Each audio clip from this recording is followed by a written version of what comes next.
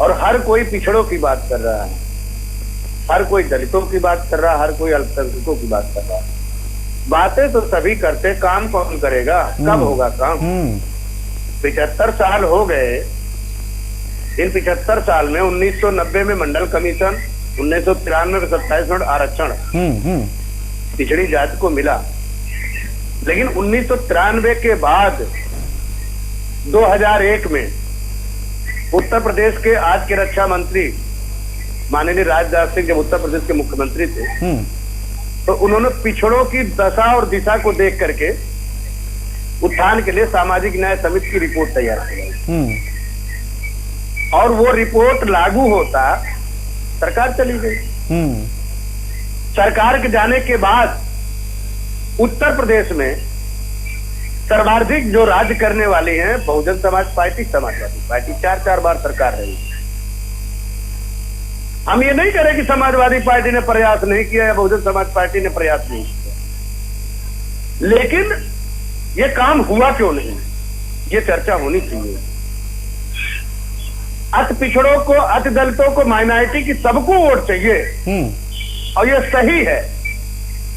उत्तर प्रदेश एक ऐसा राज्य है जो दिल्ली का रास्ता तय करता है, बिल्कुल। और उसमें सबसे बड़ी अहम भूमिका पूर्वांचल जो हमारी पार्टी का हमेशा मांग रहा है कि उत्तर प्रदेश को 4 भागों में बांट दिया जाए। एक कहावत है और बढ़िया, विगत में कांग्रेस और भारतीय जनता पार्टी की सरकार जो है, कांग्रेस भी कहती थी छोटा परिवार सुखी परिवार। जाहिर सी बात भारतीय जनता पार्टी भी उस पर काम करती है और समाजवादी पार्टी, सभी पार्टी इस पर काम कर रही है। तो स्वयं भारतीय समाज पार्टी के नेता आरडीए ओमप्रकाश राजभर की ये मांग रही है तो उत्तर प्रदेश को 4 भागों में बांटा जाए। अगर छोटा परिवार सुखी परिवार है पंकज जी, तो उत्तर प्रदेश को जो 75 जिले आ रहे हैं, 403 विधानसभा है, 80 लोकसभा है, पूर्वांचल अलग बना दिया जाए, बुंदेलखंड अलग बना दिया जाए, मध्यांचल अलग बना दिया जाए, पश्चिमांचल अलग बना दिया जाए। देखिए ये मांग जो है हमारी पार्टी अनवरत 20 साल से कर रही है। बिल्कुल, हिसाब किताब बड़ा पक्का है, लेकिन आपका दयाराम जी हिसाब किताब बड़ा पक्का है। पूर्वांचल में 44-45% है ओबीसी, तो आप मांग कर रहे हैं कि वो छोटा हो जाए। जी सुनिए, सुन लीजिए। नहीं, ये हम आज मांग नहीं कर रहे हैं, हम तो पिछले 20 साल से मांग कर रहे हैं। लेकिन विगत में भारतीय जनता पार्टी की भी सरकार है देश और प्रदेश में। इसी तरह पूर्वज में समाजवादी पार्टी की सरकार थी, बहुजन समाज पार्टी की सरकार थी, समाजवादी के सहयोग से भी केंद्र में कांग्रेस की सरकार थी, बहुजन समाज पार्टी के सहयोग से भी केंद्र में सरकार थी। बिल्कुल। मुद्दा ये नहीं है कि 27% आरक्षण में पिछड़ी जाति के लोगों को लाभ नहीं मिला, मुद्दा यह है कि यह अब तक लागू क्यों नहीं हुआ। सरकारों की मंशा ही नहीं है। सरकार की मंशा होती, देखिए मैं खुले मन से बता रहा हूं, विगत में आप देश में भारतीय जनता पार्टी की सरकार डबल इंजन की है, काम कर रही है, अच्छी बात है, सब कोई करता है। हम ये कह दें कि सपा ने काम नहीं किया, बसपा ने अपने शासन में काम नहीं किया, कांग्रेस ने नहीं किया, भारतीय जनता पार्टी ने नहीं किया, ये बेईमानी होगी। बिल्कुल, चलिए ये बहुत ही शानदार बात आप कह रहे हैं।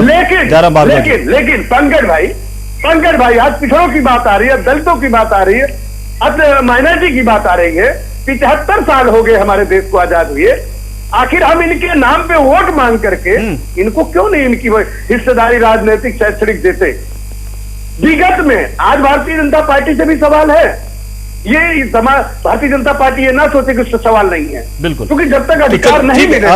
आलोक वर्मा जी जुड़ भी चुके हमारे साथ, आलोक वर्मा जी जुड़ चुके, ये सवाल लेके उनके पास चलते दयाराम भार्गव जी चलते। पंकज भाई सुन लीजिए। उसके बाद आज उत्तर प्रदेश ने देश में पिछड़ों की आबादी 1931 में, यानी जब हम गुलाम देश था तब हमारे देश में इसकी गणना हुई थी। आजादी के बाद इसकी गणना नहीं हुई, गणना होना चाहिए, पता लग जाए कि पिछड़ी जाति की संख्या कितनी है। लेकिन इसी उत्तर प्रदेश में जब समाजवादी की सरकार, बहुजन समाज पार्टी की सरकार 4 बार रही, हमारा सवाल सबसे है कि समाजवादी सरकार जब माननीय इलाहाबाद हाई कोर्ट ने अखिलेश जी की, मुख्यमंत्री श्री अखिलेश जी, उनके काल में माननीय इलाहाबाद हाई कोर्ट ने कहा था कि उत्तर प्रदेश में जो 27% आरक्षण है उसमें केवल 10 या 12 जातियों को लाभ मिल रहा है, इनको सामाजिक दायरे में ला करके इनका बंटवारा किया जाए, यानी पिछड़ा सर्वाधिक पिछड़ा सबको लाभ मिलेगा। देखिए माननीय इलाहाबाद हाई कोर्ट ने कहा था काम करना चाहिए, लेकिन अब वो किस कारणवश हमारे भाई बैठे हैं मनोज यादव जी हमारे बड़े भाई हैं, हमारे अच्छे दोस्त मित्र भी हैं। हमें किस कारण नहीं हुआ पिछड़ों के साथ में? अगर आज सामाजिक न्याय समिति की रिपोर्ट पिछले 4.5 साल से भारतीय जनता पार्टी के शासन में भी पड़ा हुआ है, सारा ब्यौरा आके बैठा हुआ है, रिटायर्ड जो राघवेंद्र है उनके नेतृत्व में पड़ा हुआ है, लेकिन कोई उसको छूना पसंद नहीं करता।